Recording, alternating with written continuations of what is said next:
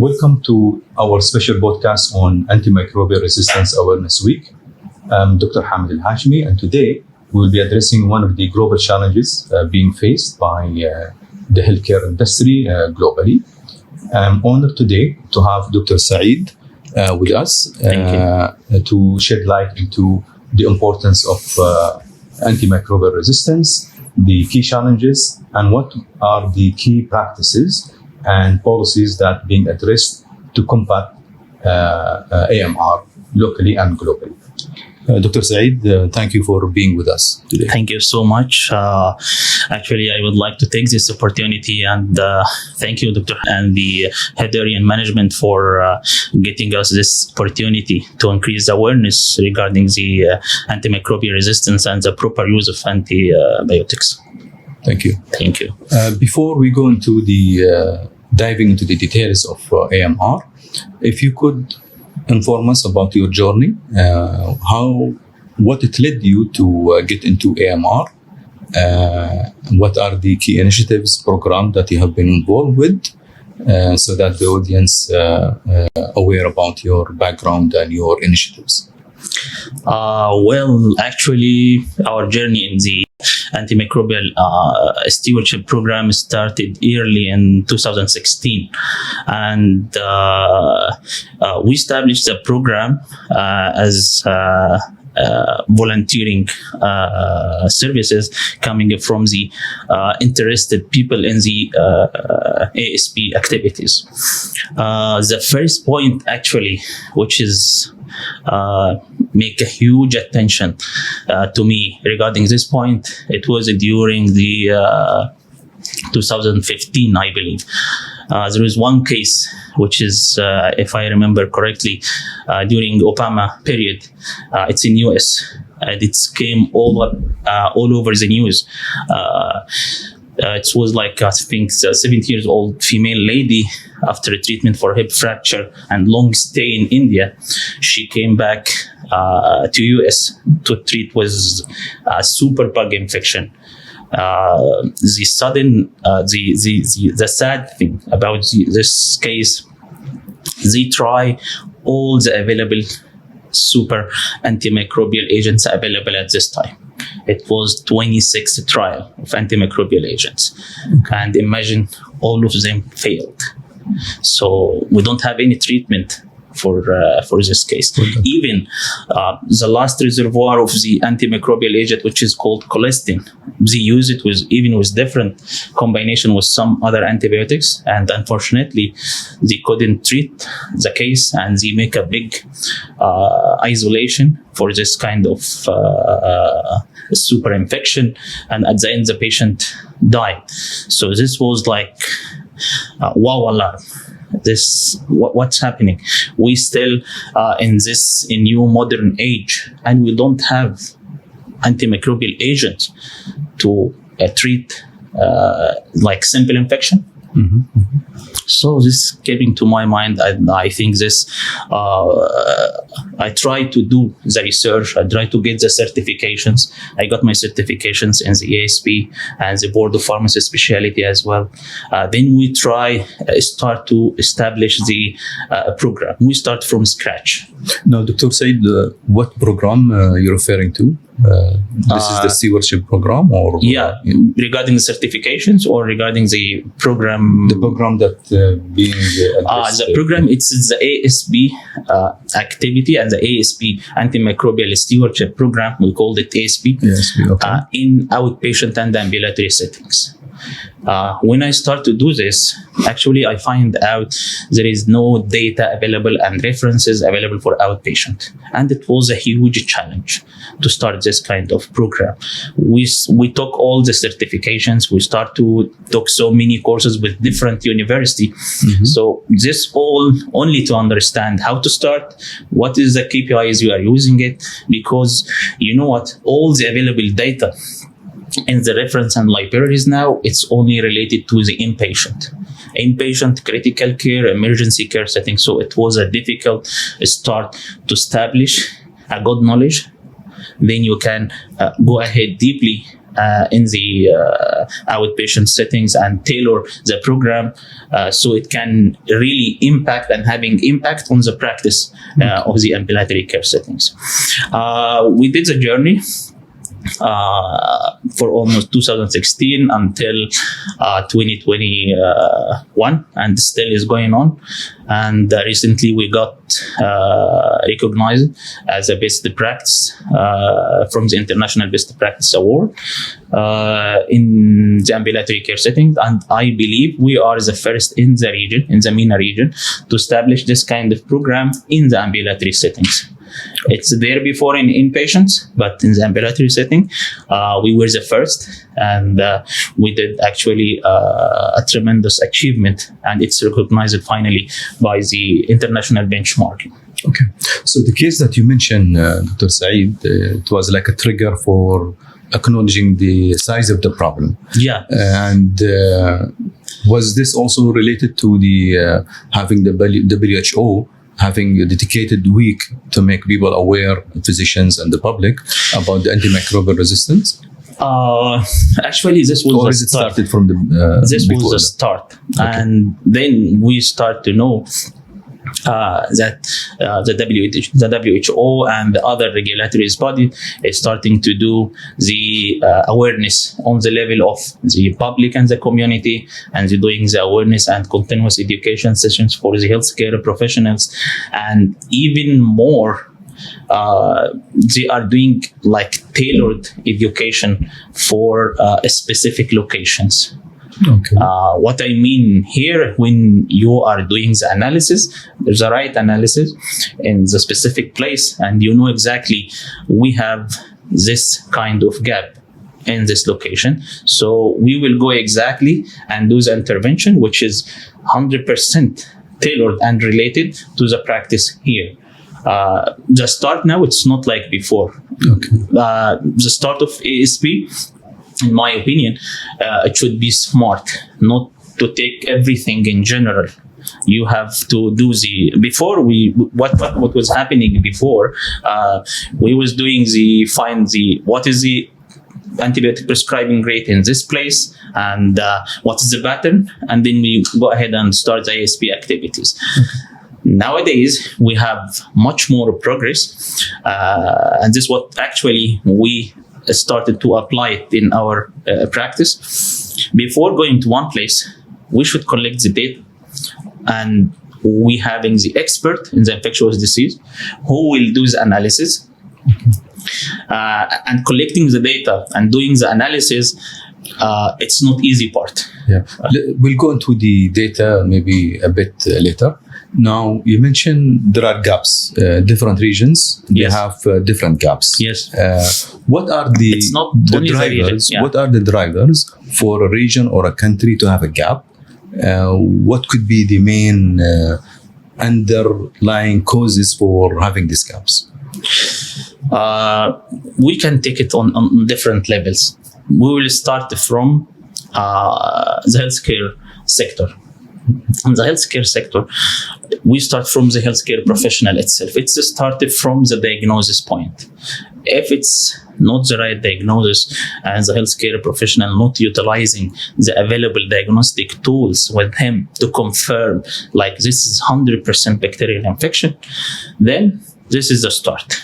Okay. So every healthcare professional should confirm by symptoms and using the diagnostic tool to confirm it's 100% bacterial infections. For example, like most of the patients, especially nowadays in the flu season, they are going with common cold and upper respiratory tract infections. Okay, once they will go, that they will check what is the symptoms, and they having fever, and they having runny nose.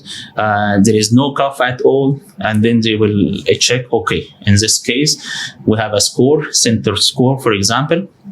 We're using it to evaluate those patients. And if it's 4, so it means 50% viral, 50% bacterial infections. But I have a swab test. I have a strep A test. I can do the test and confirm it's really bacterial or it's viral.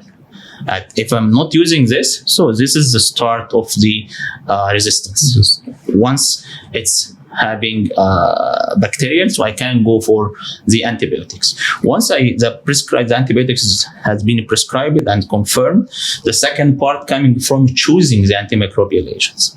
And here it's coming from having the reference. So as a policymakers and regulatory bodies, they should make the antibiotic guidelines available, which is, we are so lucky to have it here in UAE, and actually it's updated on yearly or 2 years basis.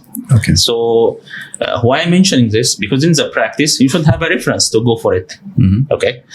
If you are writing like super broad spectrum antimicrobial agent for minor pathogen or microorganism, this actually it's totally unneeded cost, plus the side effects which the patient will got it. So that's why we should have the reference and the guidelines.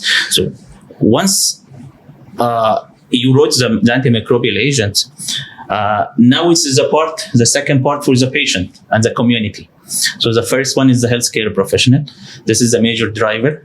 The second part is the culture and the community itself. Okay, let's maybe stop in here, get into the what I understand from what he's saying. The gaps is basically attributed to different practices. Yes. Maybe clinical guidelines that maybe if in absence of proper clinical guidelines, then this will not be addressed properly by the providers or the physicians. Sure. And hence the awareness and education becomes a key factor of educating physicians and the providers on how to embed the proper clinical procedures within the healthcare practice.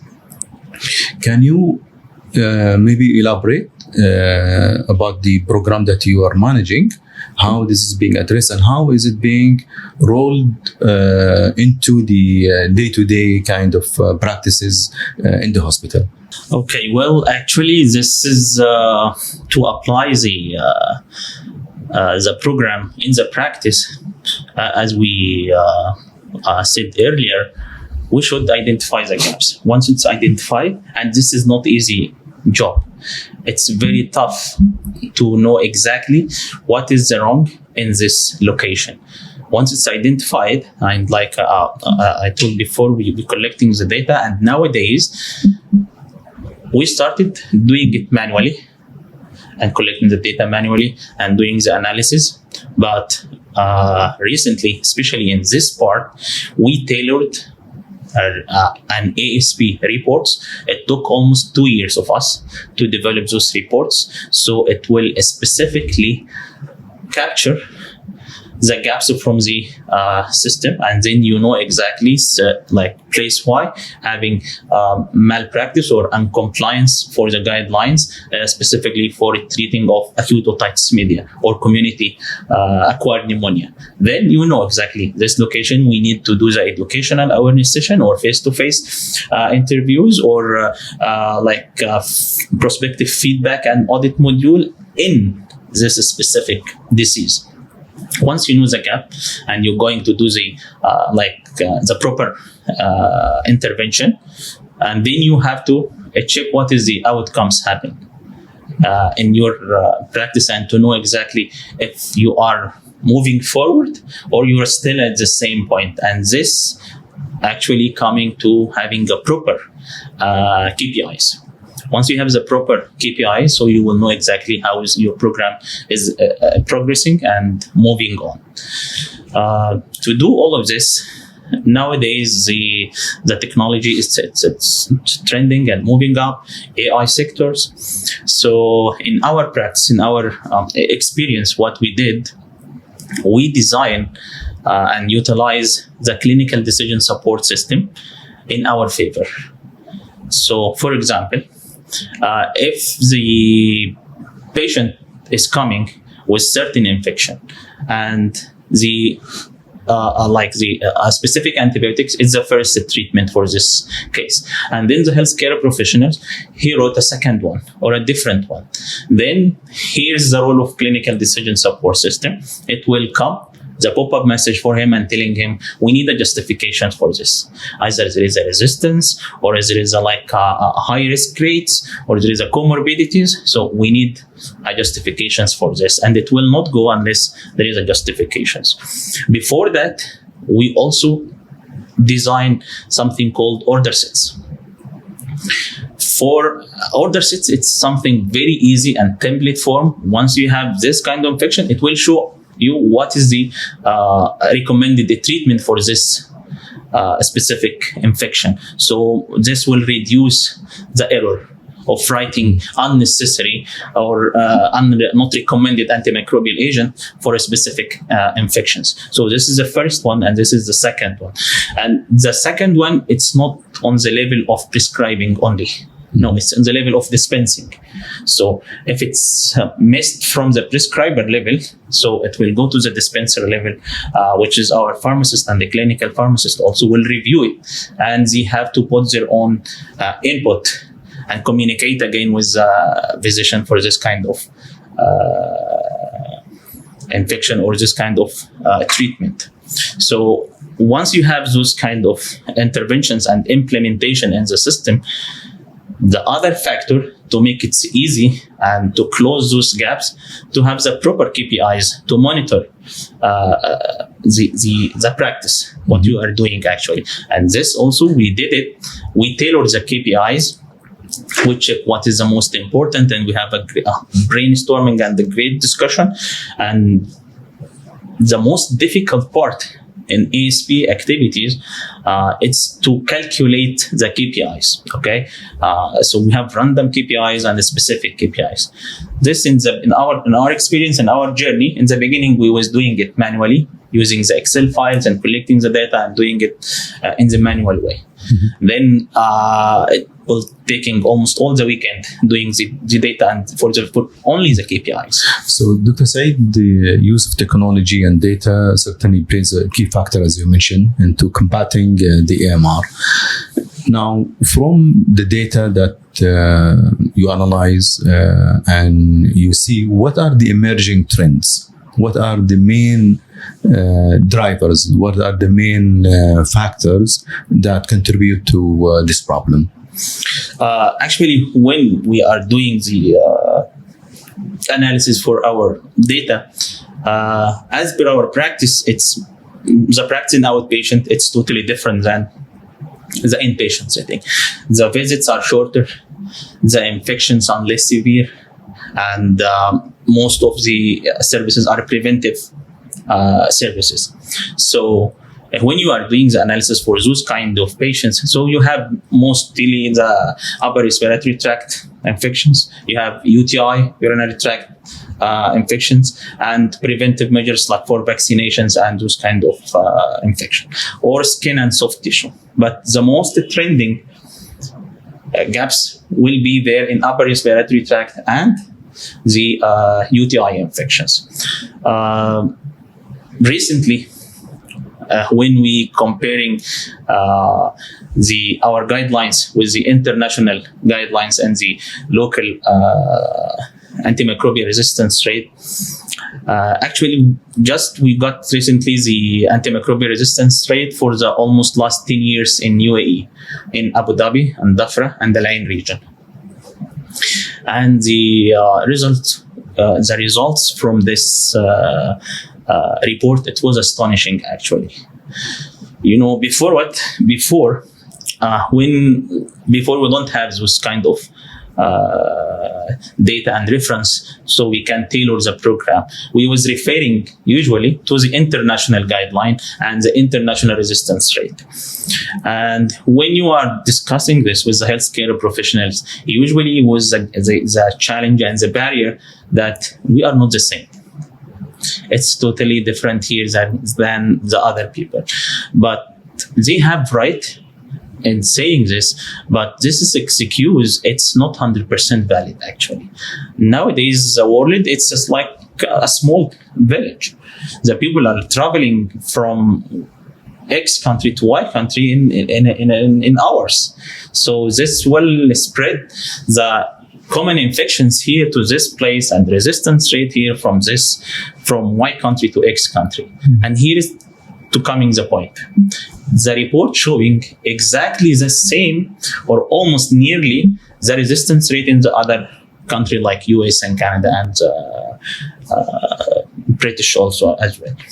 So for our topic regarding the upper respiratory tract infections, how many in our practice we find out so many pediatric patients coming and taking, for example, macrolides, antibiotics for tonsillitis and pharyngitis and so on. The recommendation said it's amoxicillin or amoxiclav is the first line.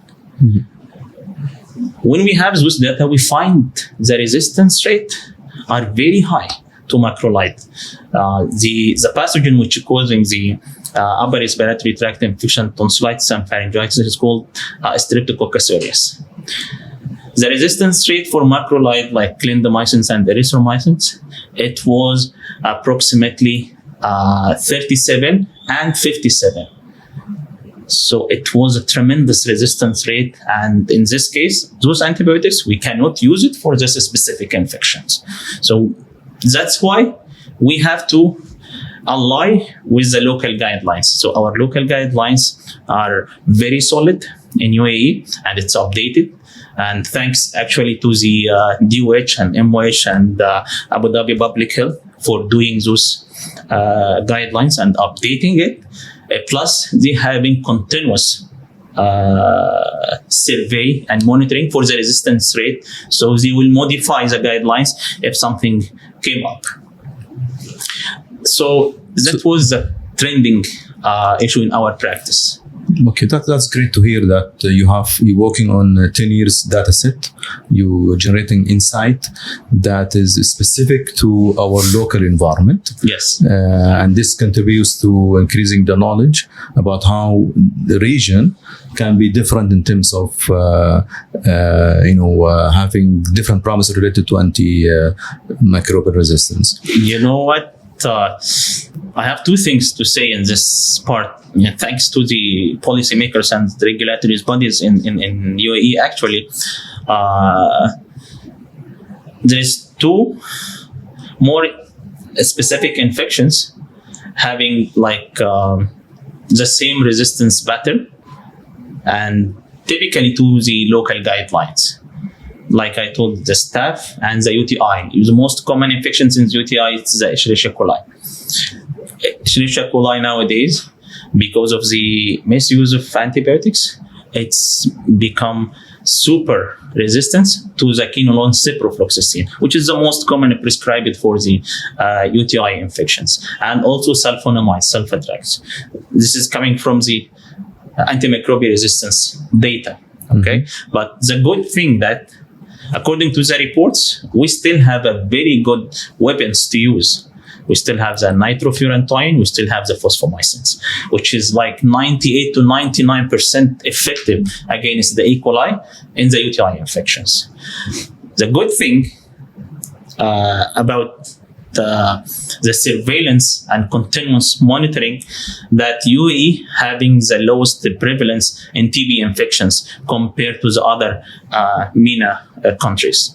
And this is actually coming from the availability of the treatment and the continuous follow-up. And they have a specific program for those TB infection. You know, most of the TB patients are Asian patients and coming from different countries, which having very high resistance rate for the first line of a treatment for the TB.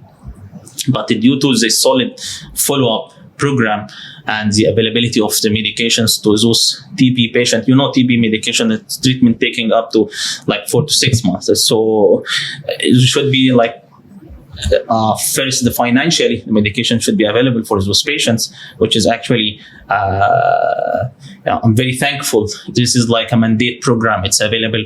Sometimes if they don't have coverage, it will be available for them for covered by the government itself. So this is one of the major factors also, availability and the coverage of the medication for those kind of category of patients. plus the continuous follow-up until you're sure that this patient's having a negative results. So that's why we have a very good regulation here. And this is contributed to having a very low prevalence of TB infections in UAE. So let's now dive into the role of the regulation. I mean, healthcare industry is one of the industries that heavily regulated by the institutions. And from what you say, that the success of this program, it has to be related to the coordination and collaboration across different parties. 100%. The providers, also the regulators, and other institutions. Sure. Can you elaborate on the how these actors collaborate in terms of getting the outcomes that we desire for the AMR? Yeah, sure. Actually, it's all started from the policymakers and the regulatory bodies. If they are not responsible enough or doing the right procedures and the guidelines and whatever it takes to combat the antimicrobial resistance, then the providers and the healthcare professionals and the patients, they don't have this kind of main responsibility. So the responsibility mainly coming from up. If we don't have like management commitment and we don't have policymaker commitment to this specific part, then it will be difficult to control the antimicrobial resistance. It's in the opposite side here in UAE, they having a very good role and under the management of Dr. Noor Al-Ghaifi in DOH, they recently actually having a very good procedures to tackle the antimicrobial resistance. For example, before, because of the misuse in the community of the broad spectrum antimicrobial agents like quinolones, now quinolones, it was prescribed like paracetamol for everyone. Nowadays, what the strategies they took, they check the resistance rate, it's emerging and it's very high. So what we have to do, one of the strategy, is to restrict those antimicrobial agents for specific locations only. So one memo and came from the DOH, please, those kind of antibiotics will be dispensed only in inpatient or hospital pharmacy. This will never, starting from, I think, 2022, this kind of broad spectrum antimicrobial agent will not be dispensed from community pharmacy, ambulatory care pharmacy, outpatient pharmacy. And this will actually reduce the access to those kind of broad spectrum antimicrobial agents. And the alternative is available. So this is one major part they did, and actually it's contribute a lot in decreasing the improper use of quinolones in outpatient settings. Okay, because the alternative antimicrobial agent, it's already available, so we can use it. So this is one part, which is the restrictions of broad spectrum antibiotic for specific settings, like outpatient and ambulatory and community pharmacy.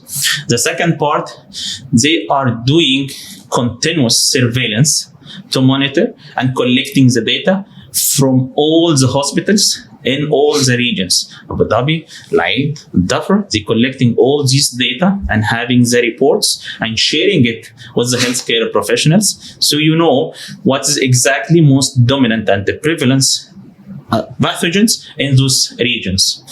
What is the antimicrobial resistance rate in this place. So it's making like local antibiogram for the whole region. So this will reflect on the guidelines. So this is the third part, the guidelines. They're making the guidelines available, accessible, updated for the healthcare professionals. So this is like you are making everything easy to access and available and update.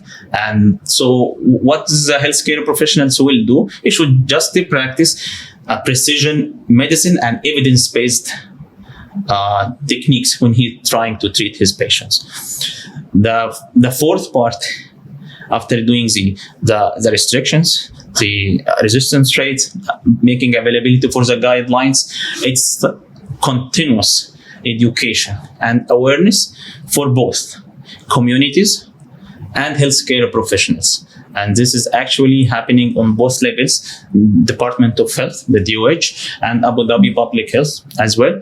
They are tackling this subject specifically in a very unique way. They calling all the hospitals available in the region and doing the continuous education to them in this specific topic, and then monitor later on collecting the data from those stakeholders and checking what are the outcomes. And this happening actually on yearly basis. So the last and the fifth steps, which is the follow-up and monitoring. So they are following up what is happening and monitoring what are the outcomes, how is the ASP program is applied. And before this, after they making all those available, they mandate the ASP, the antimicrobial stewardship activities. Before it was not a mandatory. Now it's a mandatory in inpatient settings and ambulatory and outpatient also. Okay. So Dr. Saeed, I'm glad to know that the regulation body, the regulating body like Department of Health and other institutions, they're setting the right guidelines, they do the monitoring and surveillance, and they make this accessible in terms of the guidelines, the procedures, as well as the data and insight. But then it goes back to the physician. Yes. Because it's all controlled by physicians. Yes. So how you see the physicians are collaborating or adapting these guidelines to make sure that they have the right kind of prescription or treatment being addressed to their patient. So maybe give us more insight how to make sure that the physicians are complying or adapting these guidelines. Okay. Actually, in my opinion, it's about the healthcare team. All the healthcare team is starting from the management of the place itself. We have regulations, we have guidelines, and we need to apply those in our settings. So we need a commitment from the management or from this, for example, hospital X. The first, we need a commitment and from the leading physicians in those places. Then, if you have this, after mandating and applying the ASP program in those places, the ASP team will ensure that all the healthcare professionals are practicing the local guidelines and following the best practice for the local guidelines. And this actually, it will be vary from one hospital to another. I will talk about my settings. In our place, we mandating that by making a compliance reports. So we have a compliance reports for each specific disease. Compliance reports against the guidelines. So compliance report, it's coming by locations on the level of location and on the level of prescriber itself. So I have like one place having a very good compliance. So we go and we thank and appreciate those people as an ASP team. We have a low compliance in another place based on the reports which we tailored. So then we will go and check, okay, what kind of compliance percentage is there? And which place actually we need to go first? Because in our setting, it's multi-locations. Okay, so I need to target which place, which one has the high priority to go. This will be based on the reports, which are the compliance reports. The lowest compliance, the highest priority. You go to this place, then I will go to the prescriber level. Which prescriber having very low compliance and affecting these locations? And the results, it's very simple.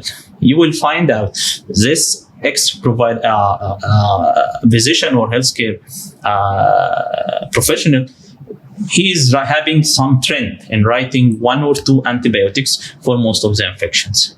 So then you will have to do an interventions here, either to do the educational and knowledge or face-to-face intervention.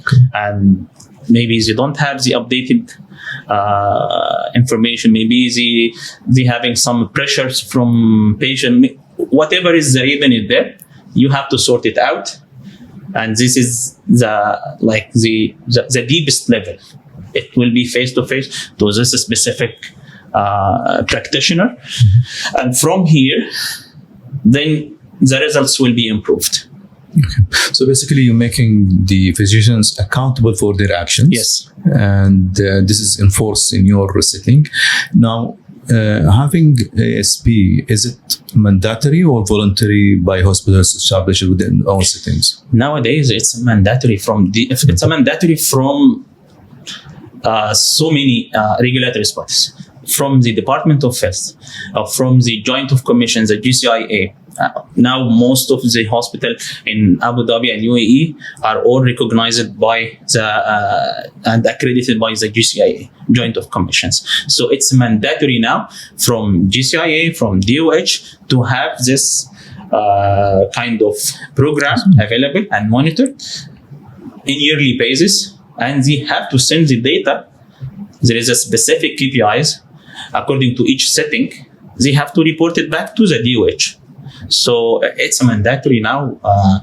Before, no, like this is 2 years ago now starting. It's a mandatory to have it in all the healthcare settings, starting from inpatient and the critical care to the primary care setting.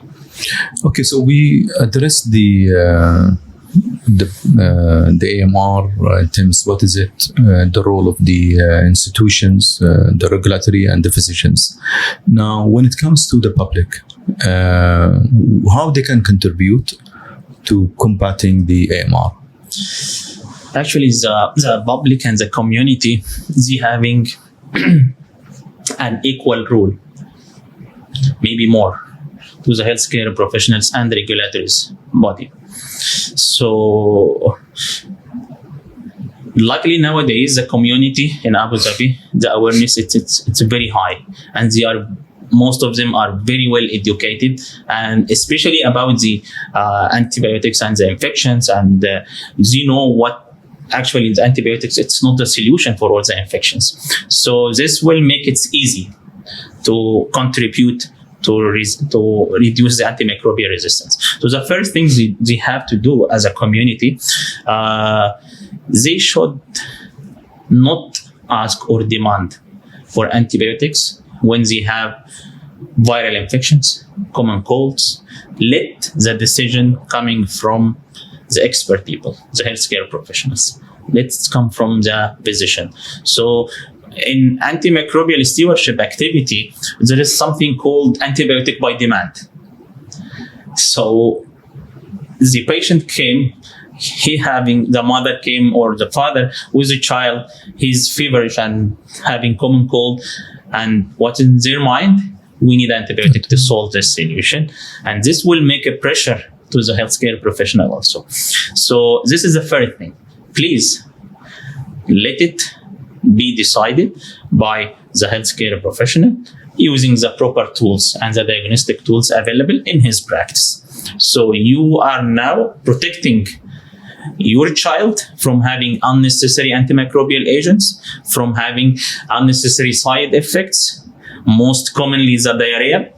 So many patients I faced, they took many broad-spectrum antibiotics and came later on with severe diarrhea, and maybe it will develop to C. diff infections, Clostridium difficile infection, and it will take like 10 to 14 days to treatment for those kind of diarrhea. Because when you are taking the antibiotics unnecessary, it will kill all the normal body flora in your stomach, and it will make the harmful pathogens to grow, and this will cause unnecessary infections because you took it unnecessarily from the beginning. So this is the main part. So don't ask for it. Just let the decision coming from the physician himself. Secondly, if it's really prescribed to you as a patient or as a mother, as a parents, you should follow the instructions. You should complete the course until 7 days, it's 7 days. 10 days, it's 10 days. Otherwise, why we are saying this? So they should understand also why we are telling it should be 7 or 10 or full course or 5. Because if you are not taking the antibiotics for the complete course, you are leaving some pathogens and some bacteria, they're not killed yet. Those pathogens will go later on and develop resistance, and it will come resistant to those antibiotics. So when you took the same antibiotic for the same infection with the same microorganism, it doesn't work because you didn't follow the instructions from the beginning. This is the second part. The third part, please don't share your antibiotics, or don't recommend the antibiotics for your friends, for your family, or for your mates. It's not, if it's work with you, it will not work. It's not 100% necessary that it will work with the other person. No, please. Antibiotics having specific infections to treat, so don't recommend or share the antibiotics with other one. The fourth, the leftover antibiotics, don't use it later on. So the leftover, you took antibiotics for 7 days and the box having 10. So there is a 3 remaining tablets. So you have to discard it in the proper way and don't use it later on. The fifth part, please follow the recommendations of the regulatory bodies in your area and go and take the vaccinations. We are in the flu season, so it's better to go to take the vaccination before the flu season start. The vaccinations are available for free for all the community members. So taking vaccinations, you are protecting yourself, you are protecting your community from the infection itself and from taking a lot of treatment and a lot of cost later on. So please take the recommended vaccinations by your physician and healthcare provider. So these are great messages to the public, and how they can help combating the AMR. Now, WHO, they dedicated the whole week to make people globally aware about AMR. Could you tell us about the size of the problem? What is the burden of AMR, so that WHO and regionally different programs are being established and initiatives are being pursued to address these issues? It must be a problem that has a significant impact on the healthcare, and maybe economically, and also in terms of the healthcare. 100%. As a part of responsibilities from the WHO and the policymakers and the regulatory bodies to make the awareness campaign. So actually, nowadays, in this weeks, we are in the Antibiotic Awareness Week, which is called WOW. And this is initiated by the WHO and followed by all the Ministry of Health in most of the countries all over the world. So it's happening, this campaign, on yearly basis to increase the awareness about the antimicrobial resistance for the healthcare providers and for the community members as well. Why this is happening? This is coming from the importance of spreading the knowledge about how it's very important to reduce the antimicrobial resistance and to save the current antimicrobial agents available to treat the current infections. So the burden of antimicrobial resistance coming from different perspective. So the first one, antimicrobial resistance, it will make the infection severe. So the treatment period will stay for longer time. And maybe at the end, the antimicrobial agent doesn't work and it will lead to die. So it will increase the mortality and morbidity rates. So this longer durations of a treatment, it will increase the healthcare cost. So approximately the estimated healthcare cost coming directly from the burden of antimicrobial resistance, it's approximately $1.27 billion in US yearly, and approximately to like 4.7 million from like indirect cost.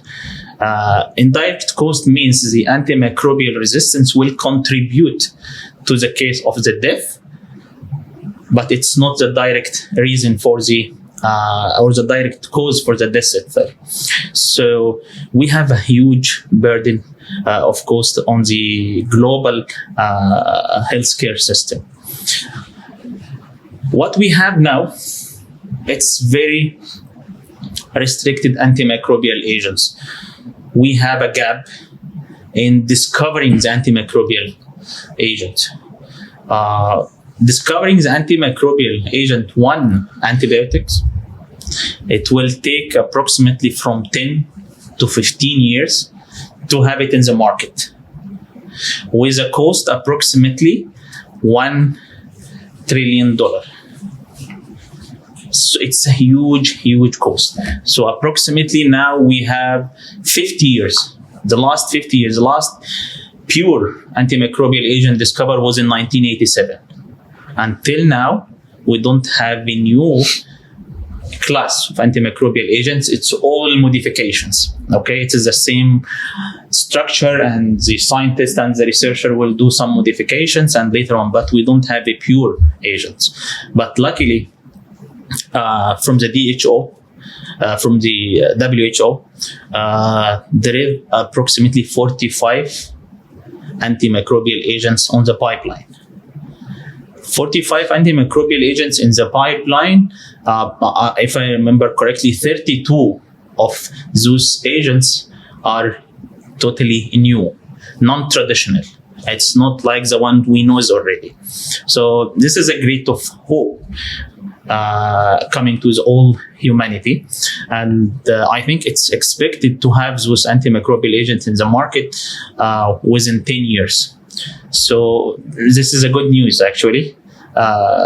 After stopping for 50 years of having new generations of antimicrobial agents, now the pharmaceutical companies and the public department, they took the responsibility to fund and to do the R&D for those kind of researches to support the discovery of a new antimicrobial agents. So, Dr. Saeed, the main takeaway to take from discussion is the impact of AMR is huge. It has a huge burden on the healthcare in terms of administering it, as well as on the cost. Sure. Now, is AMR only related to the healthcare, or do you see it also there is a role for other industries like the food, agriculture, and are they contributing also to this problem, and how is being addressed? Actually, you put your hand on the second main driver for the increasing the antimicrobial resistance, which is the misuse of antimicrobial agents in animals and agriculture. So what is happening in this field?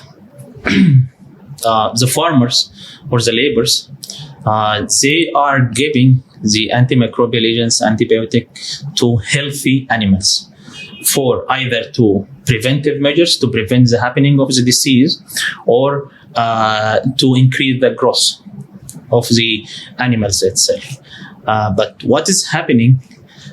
The bacteria living in the animal's gut, like salmonella, for example, and this is very harmful to the human being, it will develop a resistance, and this kind of pathogens will transfer through the food to the humans, and then the resistance will become more and more. So the dangerous part about using the antibiotics in agriculture, it's different from one country to another. For example, some countries, they they are using specific antibiotics. But the dangerous part that those antibiotics are no longer used for humans. Why? Because it's having like a permanent or severe side effects. So I will mention like some examples of those antibiotics.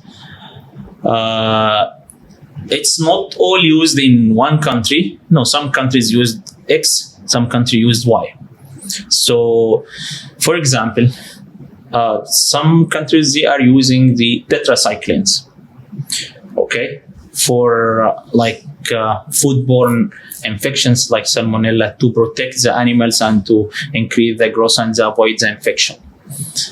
The issue with the tetracyclines itself, it's no longer used for a human being unless the very, very modern generation, which doesn't have the same side effect like the original molecule.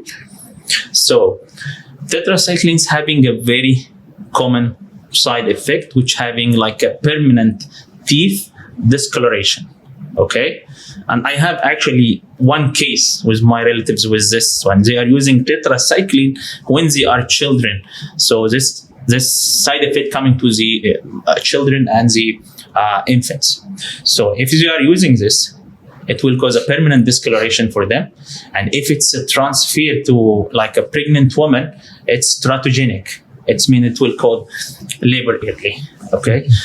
The issue about those tetracyclines antibiotics, or oxytetracycline, which is also carcinogenic and cytotoxic agents, it will stored in the animal's organs, like the liver part, like the kidneys. So when the human eating those specific organs from specific countries who are using those antibiotics, then the side effects will be developed to them. The other one, the third example here, it's chloramphenicol. Chloramphenicol, it's no longer used as oral medications or IV now. It's causing also bone marrow depression. So there is a specific countries who are using chloramphenicol, the other using tetracycline. So here is the part of the Ministry of Agriculture and for importing and exporting the food industry. So I'm sure they having their own regulations to control those kind of meats or animals which have already feeded on those antibiotics. As a part of our job, what we can do to reduce the use of the antimicrobial agents in the agriculture field, in my opinion, I think it's the same like human. We need to increase the awareness and the knowledge of the farmers and this sector itself. So the awareness campaign targeting the farmers and the agriculture field is inevitable. We need to elaborate more to them and let them understand what is the impact of using those antimicrobial agents for the animals or for the birds or for the chickens in our human and their community. So this is the first part. It's increasing the knowledge. The second part, which is finding the alternative to the antibiotics in agriculture. And I think this is a global issue to find the alternative antibiotics to be used in agriculture. So the recommended is to go back to nature. Okay, you can see the difference in the price of the food if it's the animal itself feed on natural grass and not using any industrial or any chemicals, right? The price is very high, right? Compared to the normal meat or normal chickens, the price, it's very low because those are taking some chemicals and some antibiotics, and the other one, it's completely nature. It's the food, everything is completely natural. There is no chemicals has been feeded to these animals. Okay, so this is actually the main factor which will make everything coming normally later on. There is studies showing like the some oils in the herbals, like the citrus oil or the chemicals, the herbal chemicals in safflowers or pepper or plums. These are useful alternative for the antimicrobial agents, and it will kill like the food borne infections or pathogens like salmonella in animals. So getting back to those herbal grass will be an alternative options for antibiotics, and will also reduce the developing of resistance in this sector. So, Dr. Saeed, we have maybe touched before the success of this program. Yeah. On combating AMR rests on the collaboration within the healthcare. But now what he's saying that even to become more successful, then it has to be collaborated also with the agriculture industry. Yes. Do you see there are collaborations between the healthcare and the agriculture? Could you give some examples? I think everyone is succeeding in his own pathway. So the agriculture and the healthcare professional, the healthcare sector, they are doing whatever it takes to regulate this part. On the level of collaborations, I don't have enough information actually to share with you. But for the healthcare, they are doing very well. But we should also control it from the agriculture part. And I believe in the agriculture, like importing or exporting, because most of the food are coming from import or export. So I believe it's 100% controlled and tested for if they have any residuals of specific antimicrobial agents. I don't have clear information, but this is what I am believing. Thank you, Dr. Saeed. Thank you Great so much. insight. Maybe if you could give us final thoughts about the AMR. The final things about the AMR, it's very crucial topics and globally, and it's very tackling now by all the stakeholders. So everyone should take it in a serious way, starting from the community, healthcare professionals, and the policymakers and regulatory bodies. If we all collaborate and follow what the information disseminated from the certain authorities, I believe at the end, the resistance rate will be, I cannot say reduced, but at least will be maintained on the same level and not increased. And we will continue having our antibiotic reserve, to fight the current the current infections. So my message, please try to read more about the antimicrobial resistance, and try to follow what is the coming from the authorities, and increase the awareness from your family and your community. As healthcare professionals, apply the best practice and utilize your tools. And at the end, this all will contribute to a healthy society and healthy community. Thank you, Dr. Saeed, for so being much. here with us, sharing your insight and knowledge. Very much appreciating. Thank you so much, Dr. Hamid. Thank you so much. Thank you. Thank you for listening to our special episode on antimicrobial resistance. This is a contribution from Hederian to raise the awareness on AMR. We have discussed the burden of AMR, the importance of the different parties, the regulators, the physicians, also the public, And we understood from this dialogue the importance of the collaboration between the different actors within the healthcare industry, as well as across other industries like the agriculture. Thank you again for listening.